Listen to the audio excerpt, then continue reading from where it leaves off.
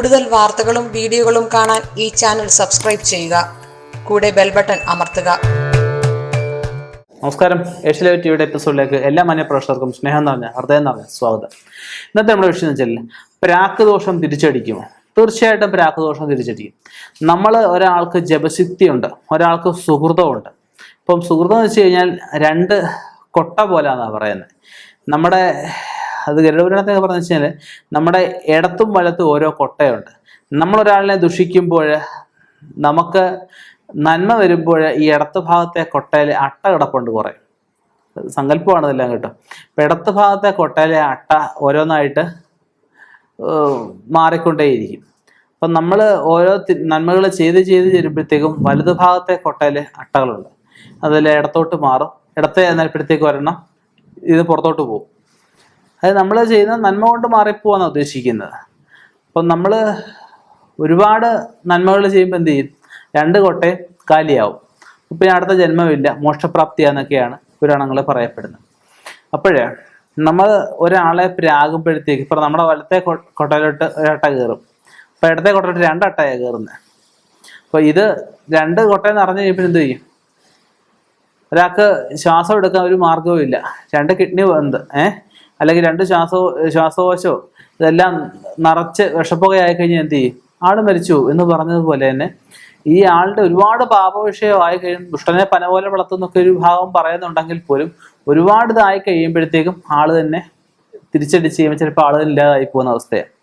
ചിലരുണ്ട് ചുമ്മാ ഈ ഭാഗവതം വായിക്കാൻ പോകുന്ന എനിക്കറിയാവുന്നൊരു ആളുണ്ട്. അദ്ദേഹം എന്തോ വലിയൊരു ആചാര്യനാണ്. ഇപ്പൊ നമ്മളെക്കാട്ടിലൊക്കെ അറിവുള്ള ആളാണെന്നൊരു ഭാവമുണ്ട്. അത്ര അറിവ് നമുക്കുള്ളവരെ ബഹുമാനിക്കണം, അവരെ നമുക്ക് വേണ്ട അവർക്ക് അംഗീകാരം കൊടുക്കുകയും വേണം. അദ്ദേഹത്തിന് എന്തൊക്കെയോ ഏറ്റവും മൂല്യം അറിയാമെന്നുള്ളതല്ലാണ്ട് പുള്ളിക്ക് വലിയ ഗ്രാഹ്യമൊന്നുമില്ല. പുള്ളി നാട്ടിലുള്ള ആരെങ്കിലും എന്തെങ്കിലും പുള്ളി എതിർത്ത് പറഞ്ഞാൽ ഇപ്പോൾ ഒരു പ്രാവശ്യം വായിക്കാൻ വിളിച്ചു, അടുത്ത പ്രാവശ്യം വായിക്കാൻ വിളിച്ചിട്ട് അവരെ അങ്ങ് തലയെ കൈവച്ച് പ്രാഗുകയായി ചെയ്യുന്നത്. ഈശ്വരമായ ഒരു കാര്യമല്ലേ ഇത്? ഇതിന് പ്രായി കഴിഞ്ഞാൽ ഒന്നും കേൾക്കത്തില്ല. മുകളിൽ ഇത് ഭഗവാൻ കാണുന്നുണ്ട്.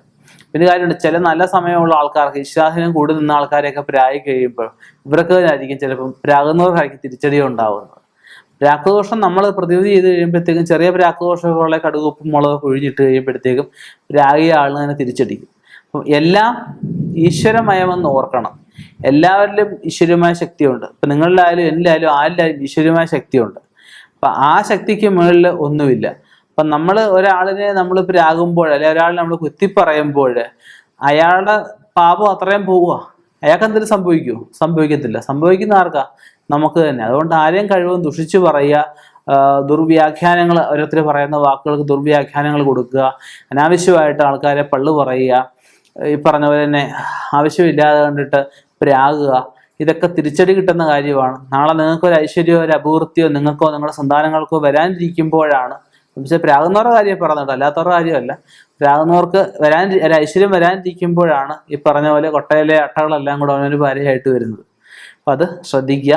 പിന്നെ ഈ പാപദോഷങ്ങൾ ഏക്കാതിരിക്കുക, അല്ലെ പ്രാക്കുദോഷങ്ങൾ ഏക്കാതിരിക്കാൻ ചെയ്യാൻ പറ്റുന്ന കാര്യം എന്ന് പറഞ്ഞാൽ പതിവായിട്ട് പ്രദോഷവ്രതം അനുഷ്ഠിച്ച് മഹാദേവന് അവൻ്റെ കൈകൊണ്ട് കൂവളമാല കെട്ടിച്ചാർത്തി ഭസ്മാഭിഷേകം നടത്തി ഒരു പൂജ കണ്ടു തൊഴുക.